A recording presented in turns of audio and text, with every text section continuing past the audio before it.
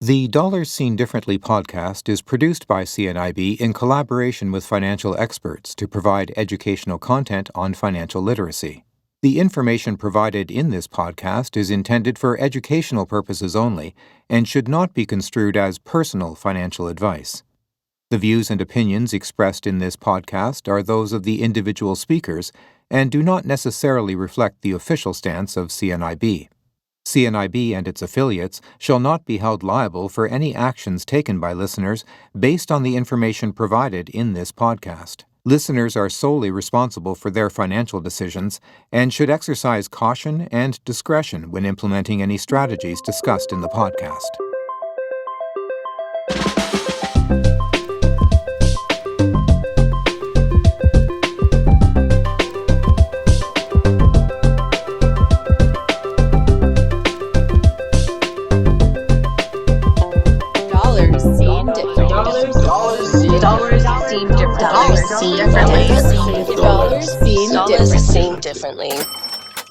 This is Dollars Seem Differently. Welcome, everybody. I am Ryan Hui, and we have a very special episode for you guys today. I am joined here in studio by a CNIB National Youth Council member, Danica Frappier, and we also have another Youth Council member on the line with us and a very special person, our guest today from Plan Institute. So, Danica, hi, how are you? Hi, Ryan. How's it going? It's great. Thank you so much for joining us here. Did you want to introduce your fellow Youth Council member to Absolutely. Everybody? Thank you. So today with us, we have Aitel Huidakar, who is one of our council members. Aitel, do you want to say hi? Hi, everyone. This is Aitel. Hey, welcome. Thanks so much for joining us. And also joining us, we have a helpline advisor and webinar expert from Plan Institute, Laura Mackenrot. How are you, Laura? Thanks for joining us. I'm doing well. Thank you so much for having me here. Danica, did you want to tell us a little bit for those that might not be familiar out there with the CNIB National Youth Council? Yes, I would love to, Ryan. Thank you. The National Youth Council is composed of young adults aged 15 to 30, and our goal is really to ensure that youth with sight loss and youth who are deafblind have the tools and the resources they need to live an independent life. We strive to empower youth with sight loss, and we make sure that the youth lens is taken into consideration throughout CNIB's programming and services. Aitel, how'd you do? Very good. All right. Nothing to add. Thank you guys so much for joining us. And Aitel, did you want to tell us a little bit about how you got involved with CNIB Youth Council and anything else that the folks might find interesting out there? Yes, sure. So my journey with the Youth Council started about a bit more than 6 years ago, actually 7 years ago almost. And I was a graduate from the SCORE program in 2017. And coming out of that, my coordinator asked me if I wanted to join the Youth Council or apply for it. And I applied and I joined. And back then, I was the youngest member of the council. And actually, few months later, I also became the chair of the Youth Council for a couple of years. And now I am one of the executive members of the Youth Council. That's amazing. And don't worry, Laura, we haven't forgotten about you. But before we jump to Laura, Aitel, can you tell me one interesting fact? I'm going to put you on the spot here about yourself that people might not know. Something interesting is that I'm someone very passionate about technology, but I don't just in my life, I don't just do tech. I'm also a brown belt judoka. Whoa. Okay. Really cool. I think we could spend the whole podcast talking about that if we wanted to, but we're here to discuss financial literacy. I'm going to kick it to you, Laura. Can you tell us a little bit about your position and a little bit about Plan Institute, if you don't mind?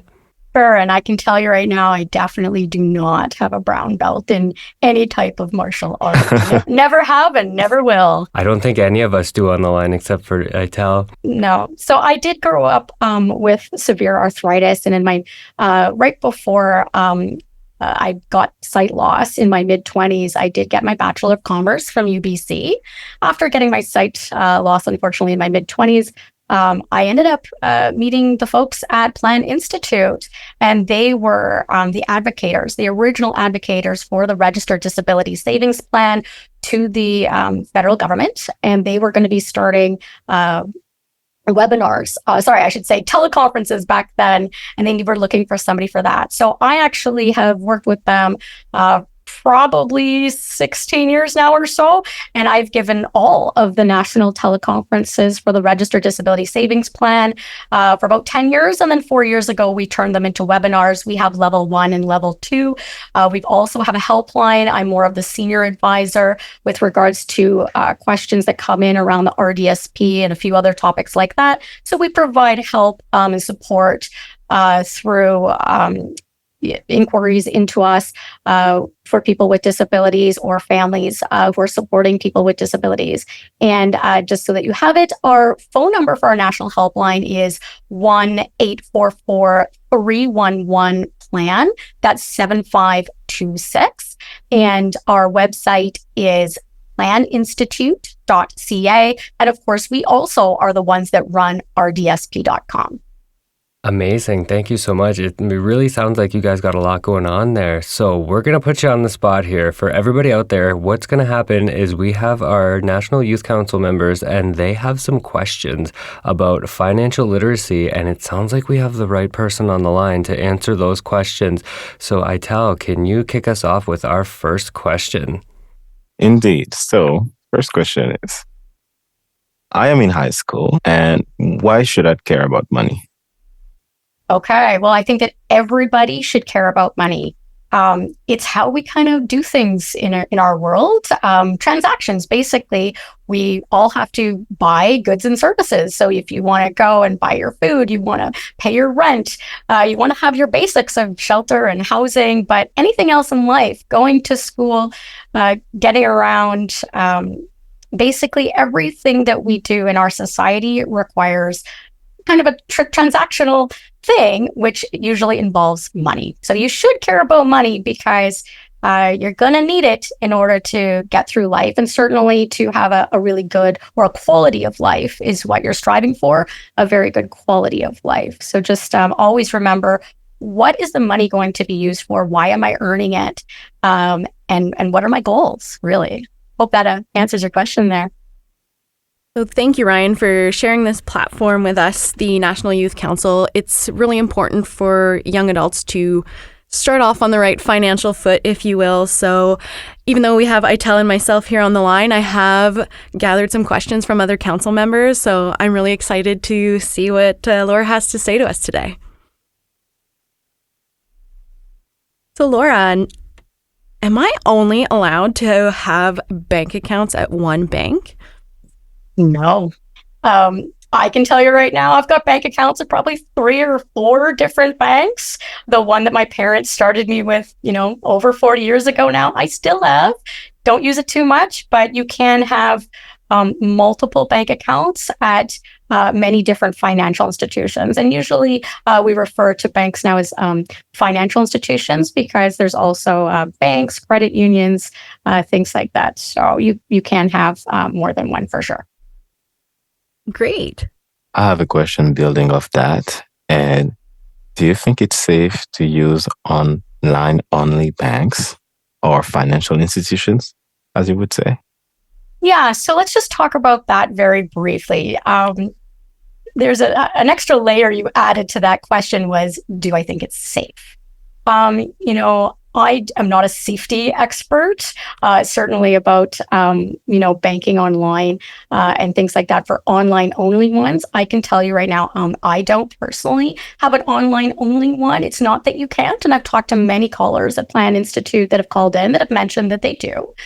So that is something that you might want to explore on that, and definitely do your research into that. And also another factor is to see which ones your friends and colleagues are using and what is accessible.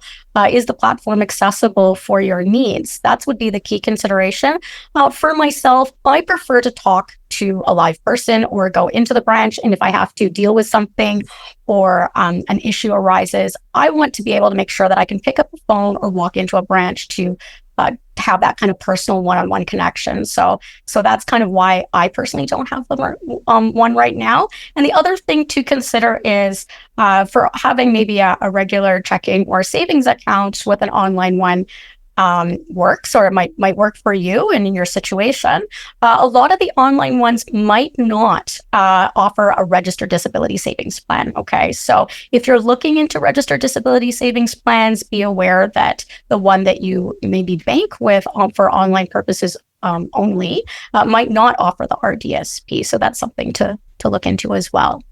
Thank you for that. And if I can just add a small question, just to be sure we are on the same page. Online financial institutions are different from cryptocurrency exchange platforms, right? It's not the same. Correct.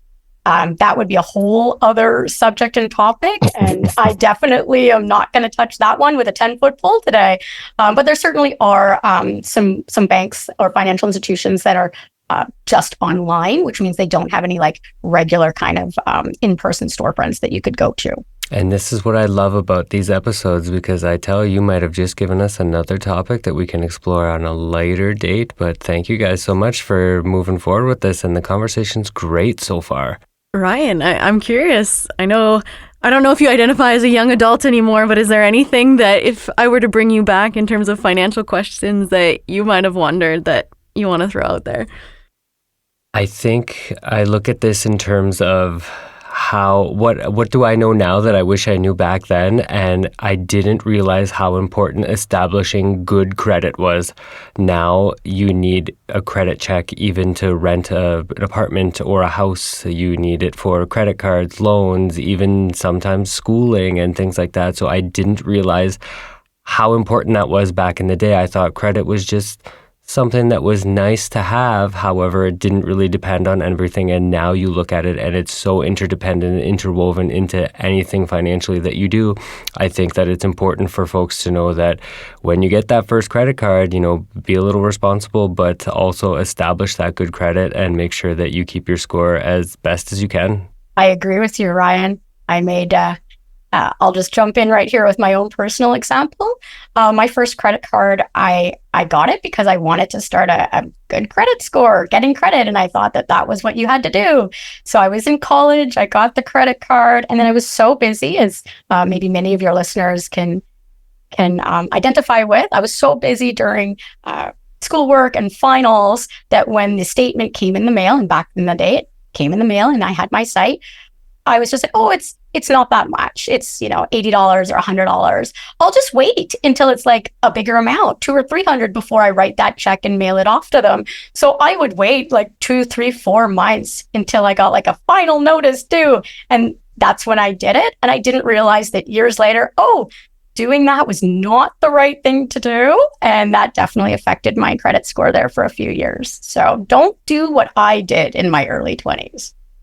If I may, can I ask this next question? Because I am an impulse buyer. I love a good gimmick. I love a good walking through the aisle right before the register, whether it's gum, pop, some sort of toys for my daughter or something.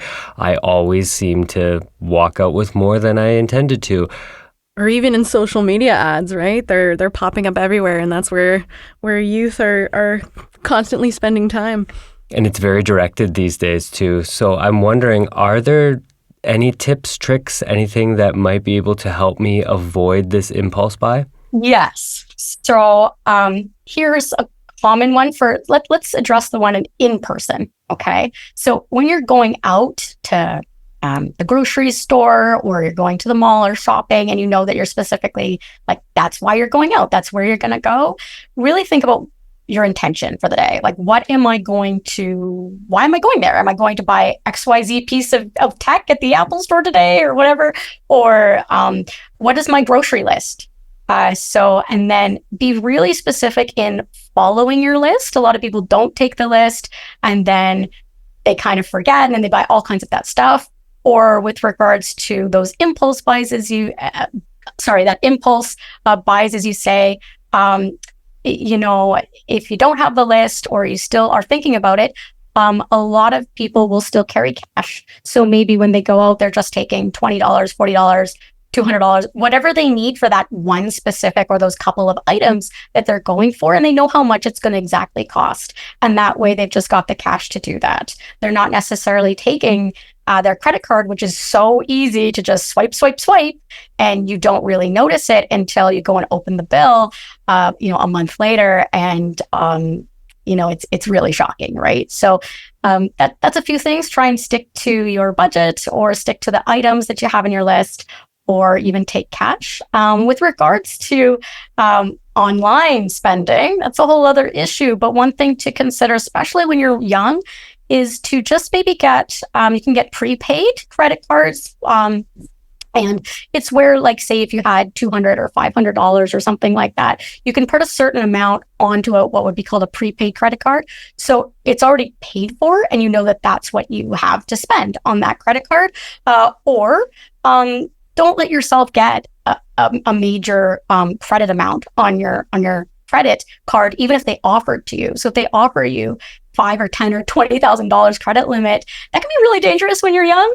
That can rack up really quickly, and then that will come back to haunt you, and that's really hard to pay off in your younger years. So maybe keep it at $500 or $1,000 or $2,000, or if you know you have some big school expenses that are going to be, how much is it going to be that you have to maybe buy those online or things like that. So that would be kind of more my some tips for that. If I can add to what you're saying, Laura, because I love what you're saying. I've heard, and I try to do this as well, to never go buy groceries while I'm hungry. Yes, because that's so definitely. dangerous. Don't go to Costco when you're hungry.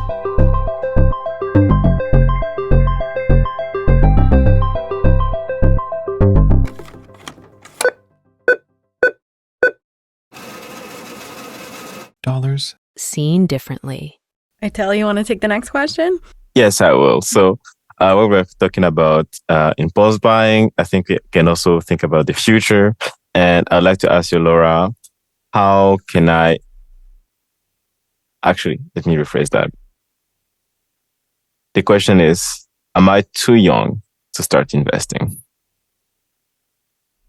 So that's kind of a loaded question. I'm going to answer it a couple different ways. So depending on your age, you might not actually be able to open an investment account. Okay, you have to be of legal age usually to open an investment account. So that would be something like a TFSA, a non-registered account, maybe and things like this, or on RDSP. So there are going to be lots of investment types of accounts, or a bank account, which you will need your probably your parent or guardian to open for you, and then you would be able to do that. So under their name, or and things like that. With regards to investing, if you're able to open an investment account, of course, you can start investing, but I highly suggest that you get professional advice with your investment. So that means that with the financial institution you're working with, they usually have professional advisors. You would set up and make an appointment with them. So if you were going to do some basics like guaranteed income certificates or GICs, to get like just a stable fixed rate kind of interest growth, or if you were going to get some mutual funds that they were offering, you would definitely want to get advice from them about what to do and things like that. If you were looking into buying stocks because you wanted to potentially buy stocks, that is definitely something that you would need to work with somebody. And if you were interested, of course, in trying to do that yourself, I would suggest that you only get a small account. So maybe just put a little bit of money into a TFSA, and then work at buying and selling and learning about how all that works, diversification, which stocks to buy, what are other people doing. And there's lots of different courses and things out there that you can learn about financial literacy and about investing. And you might want to go to Prosper Canada's website and take some of their webinars and courses. And I think their website is prospercanada.org. But certainly start small with a very small investment account and work at that for a couple of years to see how you like it or how you do before you start putting any kind of like really big money into that and doing that yourself, because certainly that is something that can go disastrous very quickly. Laura, so I've recently graduated from my master's, and one thing that's definitely been on my mind is employment and finding a job. And I know one thing that can sometimes be a touchy subject is salary and just general wages. So I know the topic of salary transparency is coming up a lot more, and I'm curious, is it okay to ask someone how much they make? Yeah, that's an interesting question. So in our kind of, I don't know how you call it, society or culture, for as long as I've been around, it's usually not something that's directly done. Is just coming out of the blue and say, by the way, how much money do you make? It can take people really off guard, especially if you've just met them or they don't know you. So I would say, there's other ways that you can kind of go around that. First of all, if it's obviously your really close friends or family, sure, and that should be information that people are sharing so that everybody kind of understands about, especially if you live at home, like what the expenses and income things are. But when you're out in the general public, you might want to stay a little bit clear of that in asking that kind of direct question. Something, if you have an interest, like if they tell you maybe what their job is or where they work or things like that, if you're really interested and you don't feel comfortable or you think that they might not be comfortable with you asking that question or posing that question to them, you can go home and Google what that company might be offering in terms of its wages or salaries, or what that job it generally offers in Canada, right? So that would be my kind of tips for that. But certainly if you are in a job interview and it's not posted what the salary is, you should definitely ask questions about what the salary for the job you're looking for or you're applying for is, so that you can go from there. And if that's something that's going to hit what your goals are, or you're willing to accept, or if you want to negotiate that. Great, thank you. Sometimes we forget about all the information that the internet provides, but that's a good point to go look there. Sure. So Laura, can you tell us what is credit and the differences between good and bad credit? So credit, basically we talk to credit about credit as if it's your ability to get a loan. Okay, so this in general standard terms, what most people usually get loans for are credit cards. Okay, that's like the bank lending you money to buy things, and then you pay them back later. Or lines of credit; those usually have smaller interest rates, like maybe 7, 8, 9% right now, things like that. It can be lower back in the day. Obviously maybe not for the community listening right now, but a popular one is car loans or vehicle loans that when they're trying to buy their first car. And of course, the big one, which is trying to apply for a mortgage to buy, a condo or a house or something like that. And basically you develop a score, and the better the score, so the higher the score, and scores can get into the, I believe, 800s and above, but anything that would be like 750, I believe, don't quote me on that exactly, would be classified as like a good score. And this is what the financial institutions look at. So they kind of ping, it's called, your to find out what your current score is. And then based on that, they'll make a decision about whether they want to offer you a loan or a mortgage or whatever. And if so, what rate are you going to get? The better your credit score, it means that you're more likely to pay people back and have a good, and so then you might get much lower interest rates, and that could save you literally over your lifetime thousands and thousands of dollars. So it's really good to make sure that you have a good credit score. And I believe the second part to that question was, what's the difference between good and bad credit, right? So I think I answered that. I think like a 750 or above would be good. And of course, if you find out that your credit scores is really low, in the 500s or 600s, you can take some measures to fix that. So Laura, what are some effective ways from a young age that I might be able to establish some credit and keep my credit score good? Okay. I would say the standard way is to apply for your first credit card. So and you don't need a lot of credit cards. Please don't go out and apply for like every single offer that's being given to you, and you might want to be a little bit more choosy. So sometimes in those kind of college or younger years, you actually get a lot of offers coming in the mail, or obviously through email or internet now, or when you're out and about being offered to you. Don't just accept all of them or any one particular one without doing your research. And what you're looking for is, what is the interest rate that it's going to offer you? And about the standard, by the way, is about 20%. And things like that. So that is kind of standard, but see if there's any offers where it might be reduced for the first 6 months or the first year. And then when you get that credit card, just use it really wisely. So maybe go and use it when you're getting, when you're going out and about. So when you want to buy something, you want to buy your lunch, or you want to buy something for school or whatever, and you know that it's within your budget and that's something that you are going to purchase anyways. And then at the end of the month, when that statement comes into your email, or if you have other ways of reading it or accessing it online, make sure to follow the instructions about when is it paid. So either try and see if you can pay off the whole thing at once. If you can't, then you must do at least the minimum payment amount, which it will say on the statement. And here's a tip. Always remember that if the credit card is with your same bank or financial institution, and you might want to do it with the same one that you do your regular checking and savings account with, it can be easier.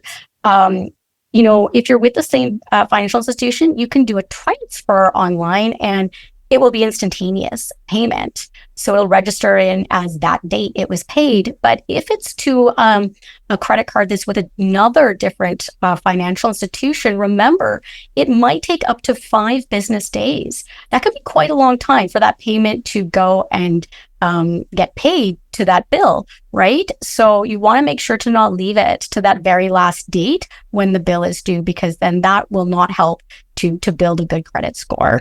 And like Ryan, or I guess I should say young Ryan, didn't know how important it was to establish credit and to actually have a good credit score versus your bad one. And thank you so much for that, because I'm still learning, and that's a very, very good response. And I learned a lot from that one. Right. So the word loan came up in your answer, Laura, and like I mentioned, I recently graduated university, and the one thing that I think a lot about loans is student loans. And I'm wondering if you can speak to any best practices that people in my situation should consider when paying off their student loans. Sure. So I would say in general, look at your budget first, okay? And be really realistic on your budget. So how much money or income or from the different sources of money you have coming in, really add that up, and then minus your housing costs. So it's usually rent. That's the big one for people. And then what I would call your basics, okay? That's the very basic for your food. Usually in the younger years and can be later years too, people might spend a lot of money, I should say, going out and, spending a lot more money on, like, say, deliveries and things like this. But what you need to do is set aside a realistic amount for basic food. And then after that, what do you have left? And is it the right amount to be able to pay your student loan payment? So certainly they will tell you how much money you owe overall, and probably what your monthly payment is. If after your basics of your rent and your basic food and the stuff that you absolutely need for your survival, if you still can't afford the minimum amount, you might need to call into the student loan department and tell them your situation and see if maybe they can change your payment length of term, or the amount per month, or if there's anything that can be done there. So hope that answers your question. Perfect. Thank you. And I sort of wanted to focus on younger folks for this question. However, I don't want to limit the answer, but what are some of the common mistakes that I guess younger folks or anybody might make when dealing with their finances? I would say just from experience, from my own experiences and from talking to callers, and honestly just friends and colleagues over the decades, the biggest one is getting to really gigantic credit card debt. So it's basically thinking that it's a source of income or whatever, and not really looking at their bank statement or even knowing how much. I met many people actually who don't even know how much they make per month. The money automatically goes into their bank account or they just deposit the check in, and they're not really watching how they're spending it. And then they use a credit card for almost everything when they're going out. And like I mentioned before, the credit card debt can rack up really quickly. I'm talking 10, 20, 30, $60,000 of credit card debt or from lines of credit that they've managed to kind of get themselves into. So, and then that can be really difficult to get out of. And of course, they're not going to be able to get a mortgage or things like that if they're having so much debt. And also the interest payments alone would be thousands of dollars on that. So I would say that's the really biggest one, is to not get into that trap of not paying off the credit card every month. Yeah. So, Laura, I know Danica and I, we are very young, if I can say that. Danica? Oh, yes. Thank you. I noticed he left me out of that. You accounted as well, Ryan. Young at heart, Ryan. I'm going to say nothing about this comment right now. But as we're young, I hear sometimes people talking about retirement. And I would like to ask you, how can we plan for retirement? Because it might be some time away, but I think we need to plan it in advance. Yes. And this is actually what I'm an actual specialist in. So my forte, my expertise is actually in retirement planning for people with disabilities. So I think I mentioned at the very beginning, I am the national speaker for Plan Institute for the Registered Disability Savings Plan. So certainly if somebody, and I think a lot of the community who might be listening in on this, not everybody, but maybe most, if you are legally blind, or worse, so like to total blindness, like myself now, you would be able to qualify for something called the disability tax credit. If you don't already have it, or talk to your parents to see if you have that status, you should apply through a medical professional to the CRA to get it, because it does mean a reduction in your taxes, but it also is the key element in being able to open an RDSP, or Registered Disability Savings Plan, and that can give up to $90,000 in matching grant and bond money. So that's pretty huge. That will definitely help to make you save for your retirement. And it does take 20 years to get it all, and it's a 30-year plan. So you want to start by the year in which you turn 30, because there is a cutoff to get the matching funding and things like this at 49. So certainly the younger you are, the better. And to start maybe putting money into that would be one of the best vehicles that you could do. And especially if anybody's listening right now, if you are on provincial benefits, pretty much most of the provinces do allow people with disabilities who are on provincial benefits to have a registered disability savings plan as part of their assets. And it can grow and grow and grow. So certainly check with if you are under some sort of benefits program for the ministry. Certainly check with them, or of course call into the Plan Institute helpline, and we'd be happy to talk with you about your situation, as well as we have amazing webinars that I mentioned before that you can sign up for on through either looking at rdsp.com or planinstitute.ca. If I can ask a question to build off what you're saying, because here and in Canada, in the recent years after COVID-19, we hear a lot about inflation. And I'm curious, when we plan about retirement, and I like what you said about the RDSP, I wonder, in terms of inflation, how do the rates of interest of the RDSP would compare against the potential inflation that we would have in, let's say, 40 years when I'll be retired? Good question. So let's just talk a little bit about what the RDSP is or what any kind of account you choose is. So I'm going to give a really good example here that I like to tell some of my callers, especially my younger callers, as a concept. When you go into your financial institution and you say, hey, I want to open an RDSP, or maybe it's an RSP or a TFSA or a non-registered account, whatever, okay?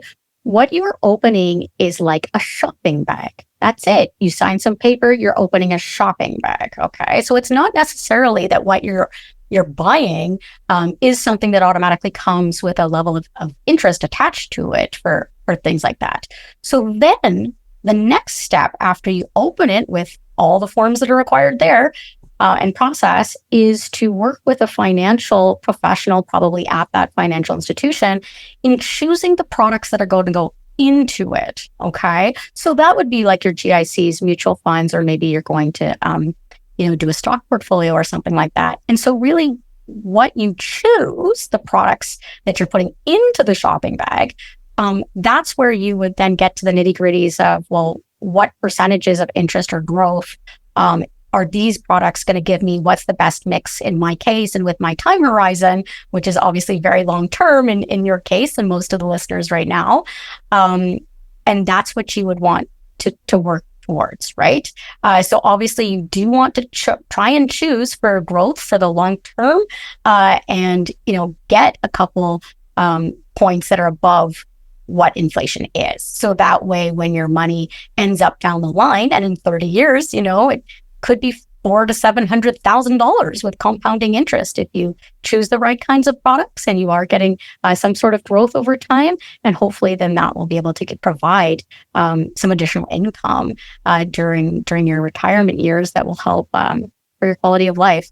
Thank you very much for clearing that up. I think I'm going to make sure that my RDSP and double check my interest rate to see if it's keeping up or is actually above the inflation. What are some of your go-to resources in terms of managing your finances? I know you gave a shout out to Prosper Canada. Is there anything else that you'd like to share? I don't know if this is the best question to ask at the end, because to be honest, I learned all of my stuff over the last 2 decades, piecemeal, just learning as I encountered an issue or problem within my family or my friends would reach out to me, then I would just have to go and research it. I would call all the different financial institutions, researching things down or talking to various professionals or calling into CRA or going online. So I just kept going at it. And I think that's what I would have to say to people. Certainly, I believe Prosper Canada has many webinars there that could be helpful. And also, please take our webinars at planinstitute.ca. But in general, if you're going to go out and try and find resources, it's best to use whatever search engine you use, and then just type in what you're looking for, and then make sure that they're respectable organizations or you're getting it directly from the financial institutions' direct websites themselves. And don't be afraid of, when you don't understand something that you're reading, call them and physically talk to a person, because sometimes that's how you get clarity on lots of different concepts or issues, as opposed to just spiraling down the abyss and not being too sure. I think that's a great way to say it, because there is no one size fits all. There's not a resource that'll answer everything, but just your comment in terms of being tenacious in terms of your research and speaking to someone one-on-one is really helpful to know. Thank you.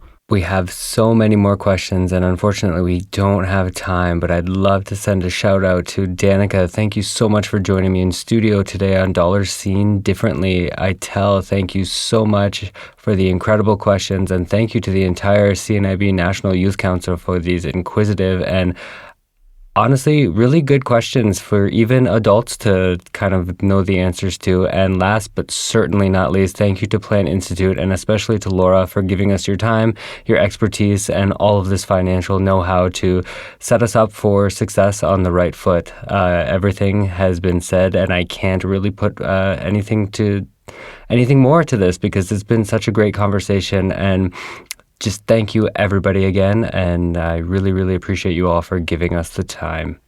Thank you, Ryan. And thank you, Laura. Thanks for having me.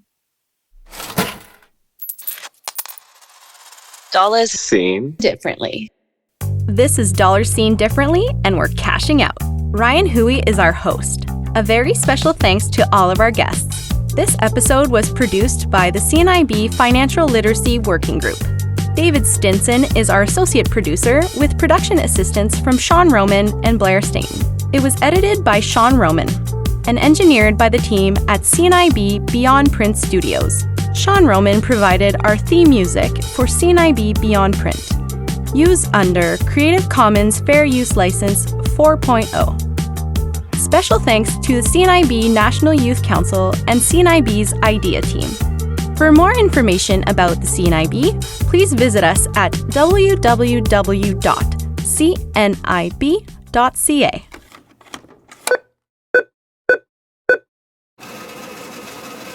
dollars Seen differently.